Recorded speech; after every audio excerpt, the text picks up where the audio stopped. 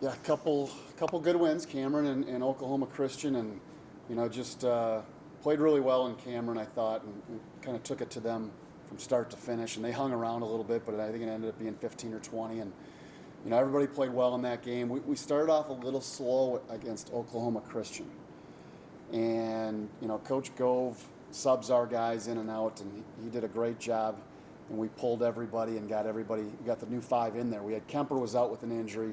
Brock's out with an injury. We have two redshirting. That's our 14 guys. So we went 5 in, 5 out. We did a line change. And I'll tell you what, those guys played great.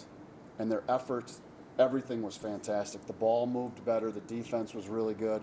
And then we made some shots. I mean, Nick came in, knocked down some shots, and Isaac got to the basket. I thought Isaac had such a better game on Saturday than he did on Thursday. I thought he really played well coming in off the bench. And Mackenzie Morgan's playing really well coming in off the bench. And our starters are very good, but our reserves are pretty solid as well. Talking about kind of starting off slow but picking up your momentum and winning by a big margin, what's that message at half to kind of get things rolling? Well, the message at half wasn't too good because we lost the second half. They outscored us in the second half. So we won the first half, they won the second half. It's a good thing they go by total and not just by halves.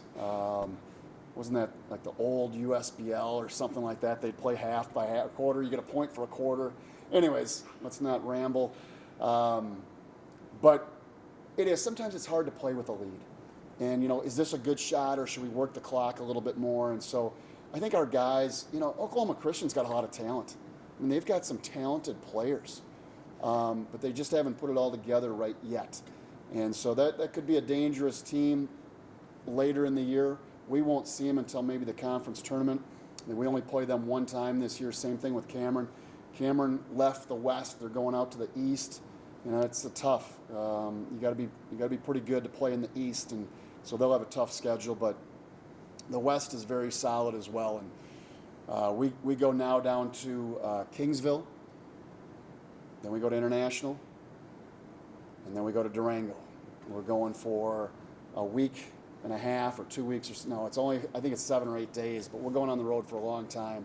And we have to play these games because of graduation. We're playing on a Sunday and a Tuesday because of graduation at Kingsville and International. And then, Fort Lewis was nice enough to give us a game. They'll come back here next year for our Thanksgiving tournament. But you got to go play the games when you can. And so we're going from a nice kind of warm Kingsville International. Now we're going to go up in the mountains to Durango. So it's going to be a tough trip, but I think it's going to be a great team building trip for our guys, and it should be a lot of fun. Whether we go 0-3 or 3-0, it should be a good trip. With the week off this week, was that because of finals or? Yeah, so with those games being scheduled on Sunday and Tuesday, we're going to take a couple days off here. Actually, only in one day we're going to take off because we'll travel one day, but yeah, with the finals, it just depends when your finals are. Easterns are a week earlier or a week later, I forget. But it happened last year when International and Kingsville came here. We had to kind of move those games a little bit too. So, the number one reason that the students are here is for classes, and it's a big week of finals for our players this week. But once Thursday hits and we get on the road on Friday, then we're going to be all basketball for a week. So it should be a lot of fun. What challenges to Kingsville? Kingsville, they don't turn the ball over. They rebound. They play extremely hard, and their gym is tough to play in. I think I say that all the time, but you go on the road, you're not used to the surroundings. We're used to the friendly confines of the First United Bank Center. It's home. When you go on the road, it's a little bit different. The lighting's a little bit different. The court, everything's a little bit different, and so it's just tough to go on the road.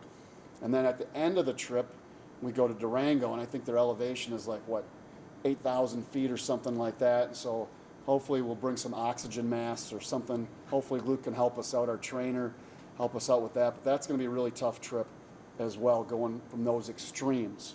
And that's a regional game, so it'll be big games for us.